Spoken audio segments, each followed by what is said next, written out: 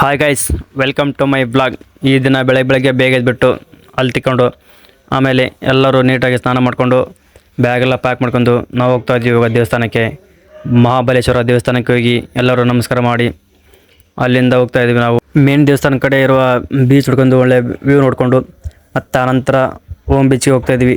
Ohm beach ಹೋಗೋ ಟೈಮಲ್ಲಿ ಒಂದು ಸುಂದರವಾದ ದೇವಸ್ಥಾನದ ಕೊಳವನ್ನು ನೋಡಿಕೊಂಡು ಬೆಳಗ್ಗೆ ನಾಷ್ಟ ಮಾಡಿದ್ದೆಲ್ಲ ಅದಕ್ಕೆ ಬೈಕ್ ಸೈಡ್ ಹಚ್ಚಿ ಆಮೇಲೆ ಅಲ್ಲಿಂದ ತರಕಾರಿನೆಲ್ಲ ಕಟ್ ಮಾಡ್ಕೊಂಡು ಮೆಣಸಿಕಾಯಿ, ಟೊಮೆಟೊ, ಉಳ್ಳಾಗಡ್ಡಿ ಎಲ್ಲ ಕಟ್ ಮಾಡ್ಕೊಂಡು ಆಮೇಲೆ ಅದೇ ಅನ್ನ ಉಳಿದಿತ್ತು, ಅದನ್ನು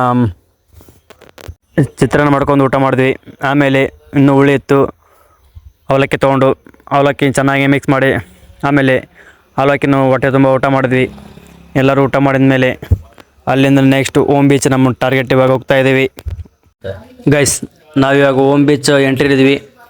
ಆಮೇಲೆ ಕೆಳಗೆ ಹೋಗ್ಬಿಟ್ಟು ವ್ಯೂಸ್ ಹೇಗಿದೆ ಅಂತ ನೋಡಿ ಆಮೇಲೆ ನಿಮಗೆ ಹೇಗಿದೆ ಅಂತ ಹೇಳ್ತಾ ಇದ್ದೀವಿ. ಓಕೆ,